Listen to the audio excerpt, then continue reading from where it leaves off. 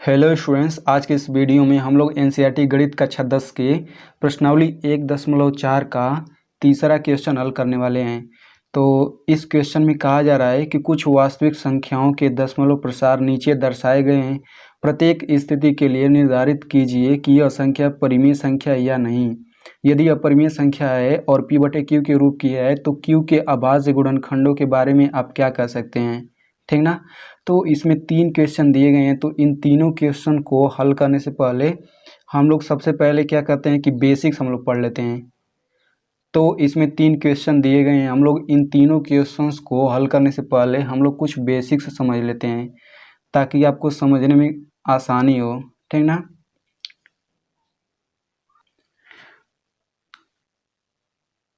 तो इसमें 3 क्वेश्चन दिए गए हैं, इन तीनों क्वेश्चंस को हल करने से पहले हम लोग कुछ बेसिक्स समझ लेते हैं ताकि आपको ये क्वेश्चन हल करने में बहुत ही आसानी हो। ये केवल देखने में कठिन लग रहा है लेकिन बहुत ही सिंपल क्वेश्चन है। सबसे पहले हम लोग बेसिक समझ लेते हैं, तो चलिए समझ लेते हैं बेसिक।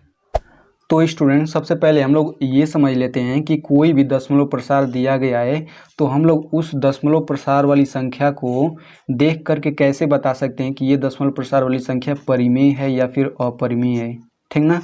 तो यदि कोई भी दशमलव प्रसार वाली संख्या दी गई है, यदि क्या बोलते हैं कि सबसे पहले हम लोग देखते हैं कि परिमेय संख्या, ठीक ना।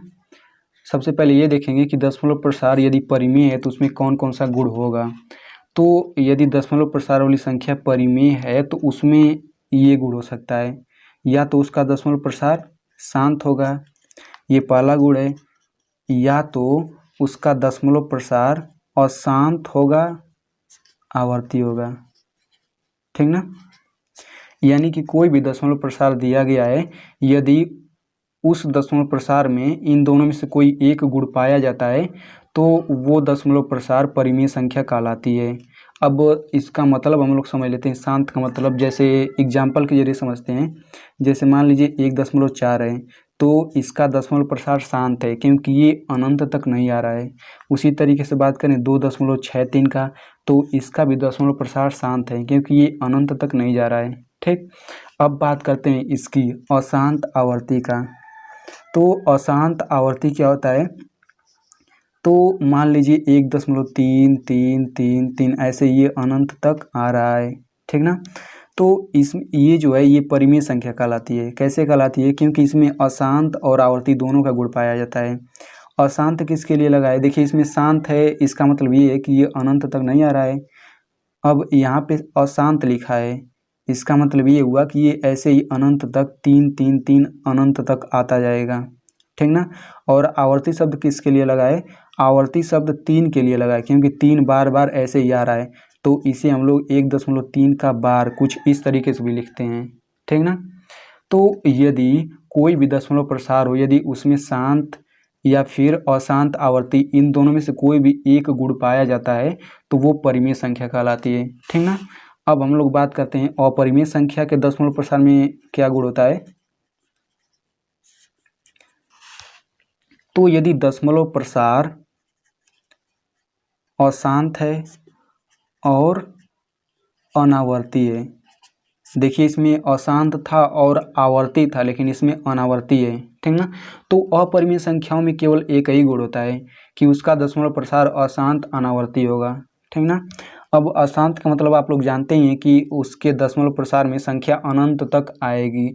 और अनावर्ती का मतलब क्या होता है, चलिए हम लोग एग्जाम्पल से समझते हैं। जैसे मान लीजिए ये है 0.10, फिर 100, फिर 130, फिर 140, फिर 1 ऐसे ही करके ये अनंत तक आता जा रहा है, ठीक ना।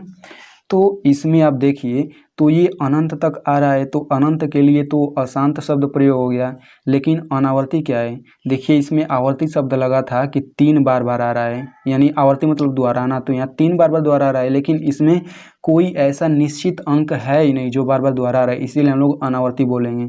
देखिए शुरू में 10 था, फिर 100 हो गया, फिर 1000, फिर 10,000, फिर ऐसे ही ये आगे बढ़ता जाएगा, ठीक ना। तो कोई भी दशमलव प्रसार है, यदि उसके दशमलव प्रसार में अशांत अनावर्ती का गुण पाया जाता है तो वो अपरिमेय संख्या कहलाती है। तो आई होप अब आप लोग अच्छी तरीके से समझ गए होंगे। तो चलिए अब हम लोग क्वेश्चन हल करते हैं। तो 13वें का पहला क्वेश्चन है 43.123456789, ठीक ना। तो आप देख सकते हैं कि ये अनंत तक नहीं आ रहा है, इसलिए ये इसका दशमलव प्रसार शांत होगा।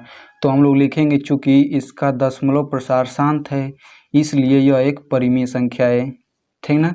जब ये परिमेय संख्या हो गई तो हम इसे p/q के रूप में भी लिख सकते हैं। तो जब ये शांत है तो इसके हर में 2 या 5 या फिर दोनों गुणनखंड होंगे। तो हम लोग लिखेंगे इसलिए q के अभाज्य गुणनखंड में 2 या 5 या दोनों होंगे, ठीक ना। तो आई होप आप लोग समझ गए होंगे। चलिए बढ़ते हैं दूसरे क्वेश्चन की तरफ। तो दूसरा क्वेश्चन है 0.12012 ऐसे ही आता जाएगा। तो आप लोग यहाँ पे देख सकते हैं कि शुरू में क्या आया था, 120 आया था, फिर 100, फिर 1200 आया, फिर 12,000 आया। यानी कि इसमें कौन कौन सा गुण है, अशांत का गुण है और अनावर्ती का गुण है। अशांत मतलब ये अनंत तक आ रहा है और अनावर्ती मतलब कोई निश्चित अंक बार बार नहीं दोहरा रहा है। तो हम लोग लिखेंगे चूँकि इसका दशमलव प्रसार अशांत अनावर्ती है इसलिए यह एक अपरिमेय संख्या है। तो जब यह एक अपरिमेय संख्या है तो हम लोग इसमें जो है q के बारे में कुछ नहीं लिखेंगे, ठीक। अब तीसरा क्वेश्चन की ओर बढ़ते हैं। तो ये है 43.123456789। इस पर क्या है, बार लगा हुआ है, यानी कि ये इतना अंक जो है ये फिर दोबारा आएगा, फिर इतना फिर आएगा, ऐसे ही डट डट डट अनंत तक आता जाएगा। तो हम लोग लिखेंगे चूँकि इसका दशमलव प्रसार अशांत आवर्ती है। अशांत मतलब कि ये अनंत तक आता जाएगा, आवर्ती मतलब कि ये जो निश्चित अंक है इतना ही बार बार आता जाएगा अनंत तक। तो हम लोग लिखेंगे चूँकि इसका दशमलव प्रसार अशांत आवर्ती है इसलिए यह एक परिमेय संख्या है, ठीक। अब इसके बाद से हम लोग लिखेंगे इसलिए q के अभाज्य गुणनखंड में 2 या 5 के अतिरिक्त अन्य गुणनखंड भी होंगे, क्योंकि अगर केवल 2 और 5 केवल इसके हर में यही दोनों गुणनखंड होते तो उसका दशमलव प्रसार शांत हो जाता। तो इस तरीके से हम लोग ये हल कर लेंगे। तो स्टूडेंट्स, यदि आप ऐसे ही क्लास 10th के NCERT मैथ को बिल्कुल सरल भाषा में पढ़ना चाहते हैं तो आप मेरे चैनल को सब्सक्राइब कर सकते हैं और सब्सक्राइब करने के बाद इस घंटे के निशान पर क्लिक करके ऑल पे क्लिक कर दीजिए। Thanks for watching.